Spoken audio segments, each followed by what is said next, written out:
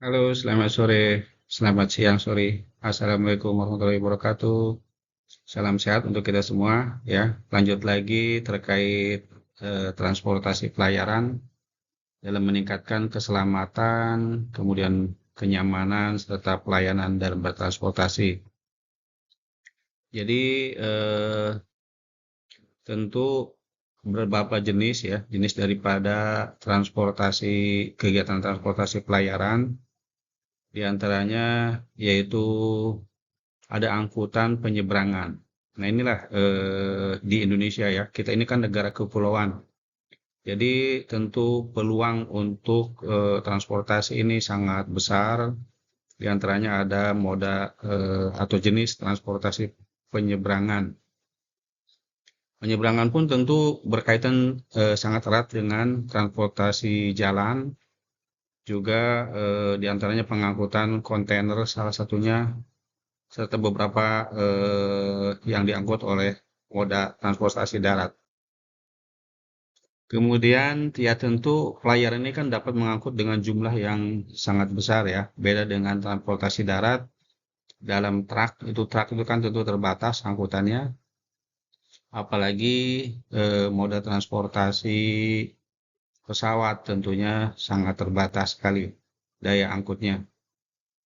Nah, dia ada moda transportasi juga yang kegiatan pelayaran baik itu diawasi oleh pemerintah, di antaranya contoh yang BUMN ya. BUMN seperti Anda ketahui adanya tentu ASDP atau angkutan sungai, danau dan penyeberangan.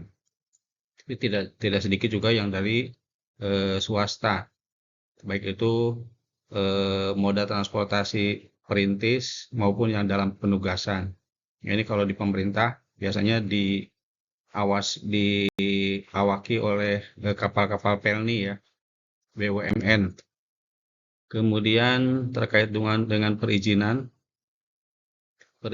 daripada moda transportasi ini juga tentu bervariasi ya. Ada yang kapal yang berukuran sekurang-kurangnya GT 175. Ini yang untuk supaya mendapatkan SIUPAL ya, SIUPAL izin transportasi. Ya perlu Anda ketahui, ya mungkin suatu ketika Anda bisnis di bidang transportasi pelayaran, Anda sebagai di level manajemen, tentu Anda harus mengetahui. Ada juga yang dimiliki baik itu melalui badan usaha pemerintah maupun perorangan, ya. Tapi yang tentu semuanya berbadan hukum, ya kan? Tentu berbadan hukum dan juga tentu memiliki izin, ya, memiliki izin baik izin trayek maupun izin usaha. Nah, ada usaha-usaha terkait, ya tentu tentu semuanya itu tetap berpedoman atau mengikuti apa yang tertera di dalam Undang-Undang Nomor 17 Tahun 2008 tentang pelayaran.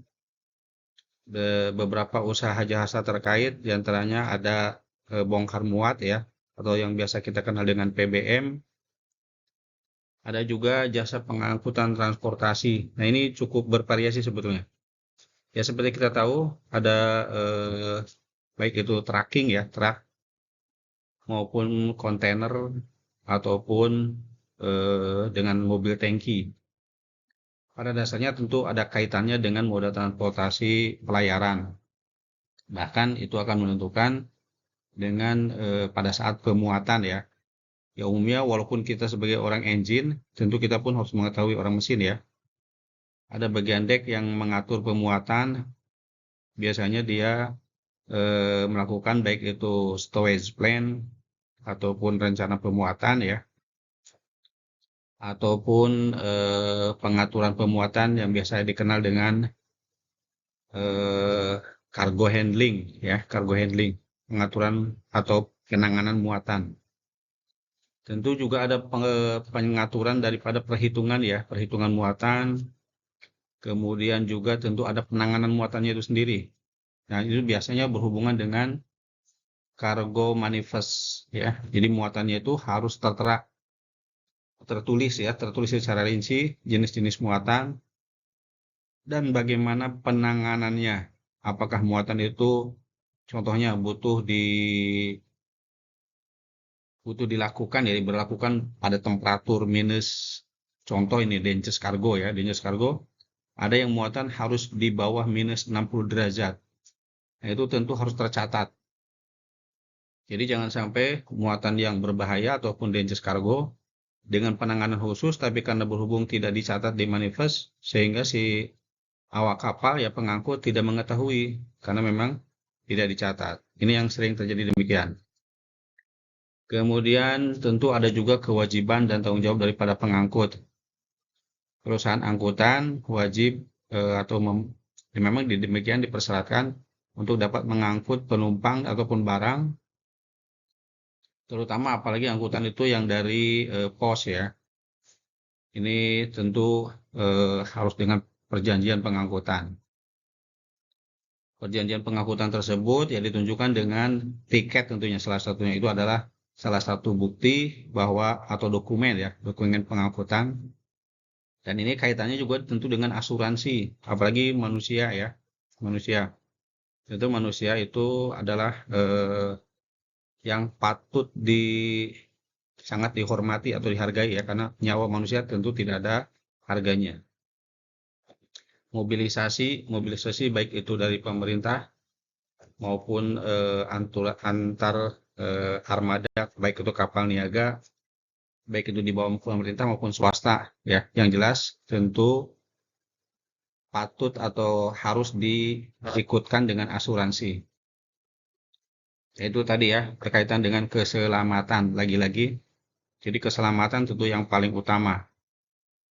Makanya tolong diperhatikan kita semua dokumen ya, berkaitan dengan dokumen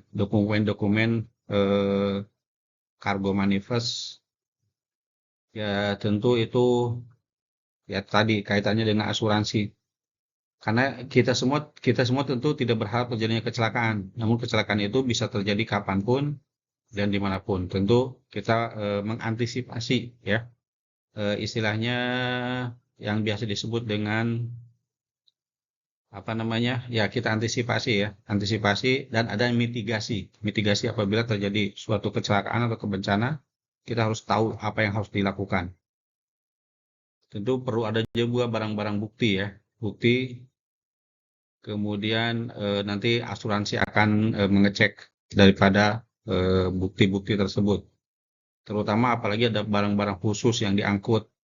Itulah kenapa perlu adanya cargo manifest ya, manifest untuk mengetahui jenis barang-barang yang diangkut, apakah itu barang legal ataupun ilegal, ataupun barang yang cair, padat dan lain sebagainya, atau gas, dan perlakuannya ya, perlakuan atau yang kalau di dek dibilang dengan cargo handling ya, penanganan muatan. Itu yang patut diketahui oleh perwira-perwira dek terutama ya, maupun perwira mesin pun harus mengetahui, karena jangan sampai ada muatan yang berbahaya namun tidak diketahui. Oke. Nah ini ya, ini beberapa klasifikasi daripada barang-barang berbahaya. Bisa barang tersebut yang mudah meledak. Nah itu tentu harus hati-hati. Makanya tadi ditulis ya, ada declare. Di declare itu harus diperhatikan. Oke. Juga ada yang berupa gas, cairan dan lain sebagainya. Pokoknya intinya tolong diperhatikan di cargo manifest ya. Demikian, semoga bermanfaat. Selamat untuk semuanya, salam sehat. Selamat sore dan assalamualaikum warahmatullahi wabarakatuh.